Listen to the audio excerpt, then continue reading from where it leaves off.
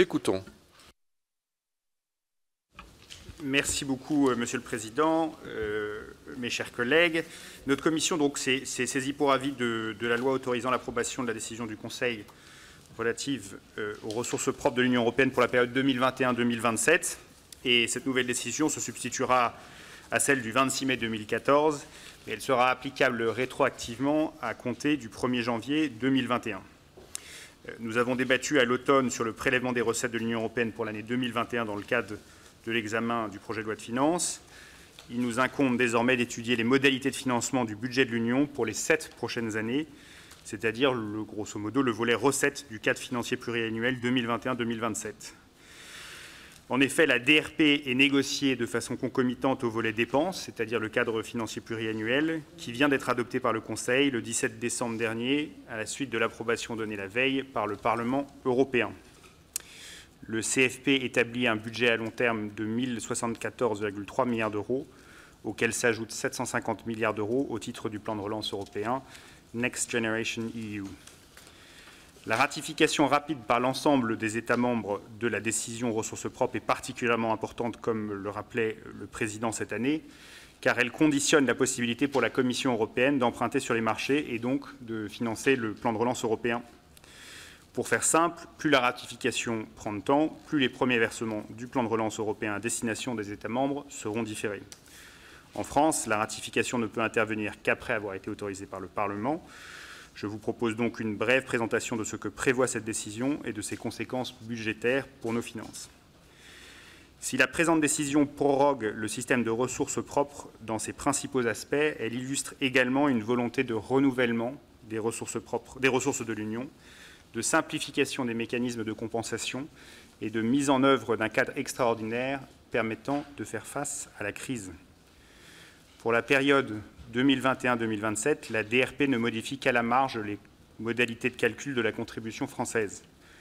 Le ressaut de celle-ci est essentiellement une conséquence de la fin de la contribution britannique et de l'augmentation du budget européen. L'évolution de la contribution française totale entre les périodes 2014-2020 et 2021-2027 est d'environ 35%.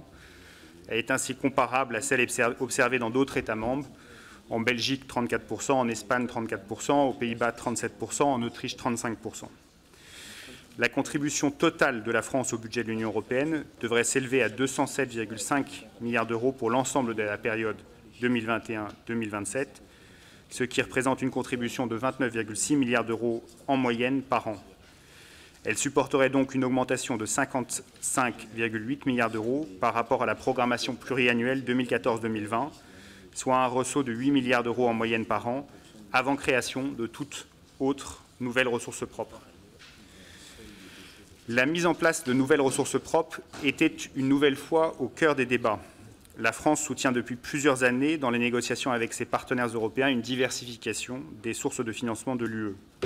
À ce titre, je crois qu'il faut donc se féliciter de la mise en place, dès cette année, d'une nouvelle ressource fondée sur la part des déchets d'emballage plastique non recyclés. En effet, aucune nouvelle ressource n'avait été introduite depuis le Conseil européen de Bruxelles de juin 1988.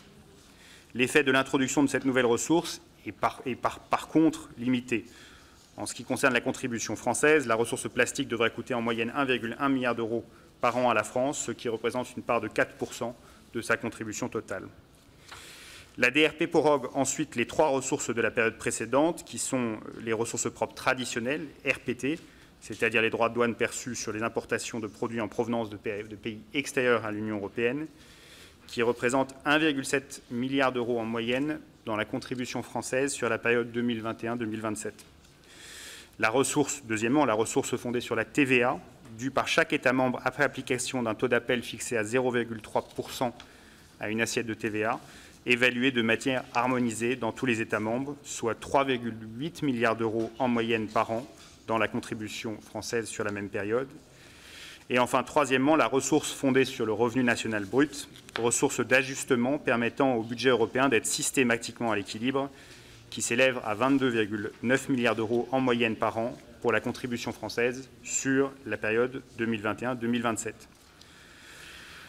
Pour chacune des années couvertes par le CFP, les totals des crédits ouverts en dépenses ne peut conduire à un taux d'appel de ressources propres supérieur à un plafond donné, soit 1,4% du revenu brut des États membres pour les crédits de paiement et 1,46% pour les crédits d'engagement.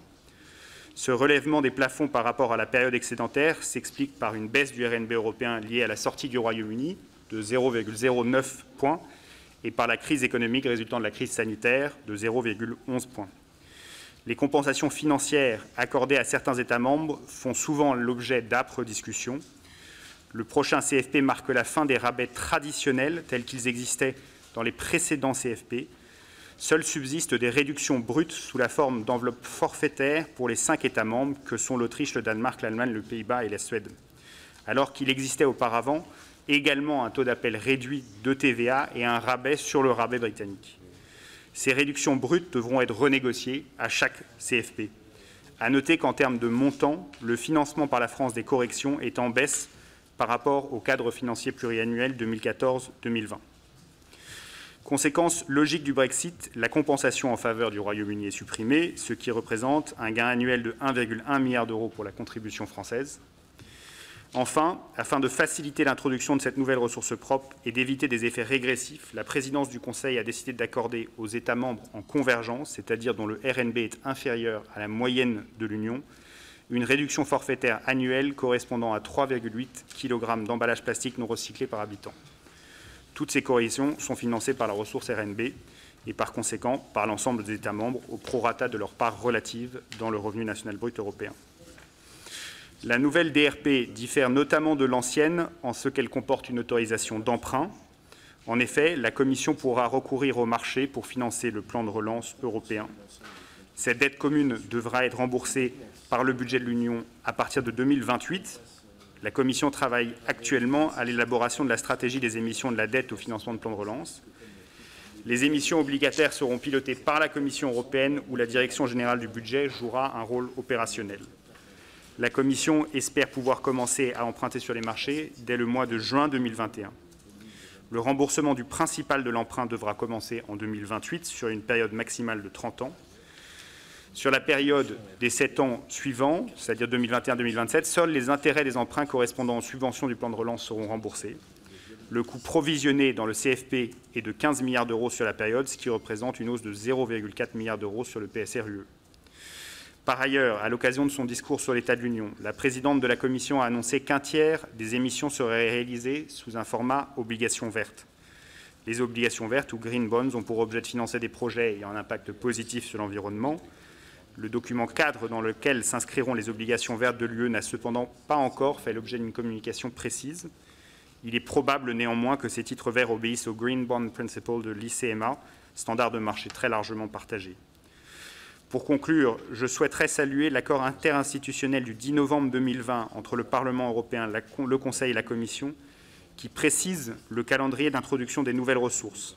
Selon cet ambitieux calendrier, une ressource fondée sur le système d'échange des quotas d'émissions carbone, un mécanisme d'ajustement carbone aux frontières et une redevance numérique pourraient être effectifs à partir de 2023. Une taxe sur les transactions financières et une contribution financière liée au secteur des entreprises ou une nouvelle assiette commune sur l'impôt des sociétés pourrait l'être à partir de 2026. Les estimations budgétaires de ces potentielles ressources ne sont pas encore connues, car elles dépendront évidemment des dispositifs retenus par les propositions de la Commission.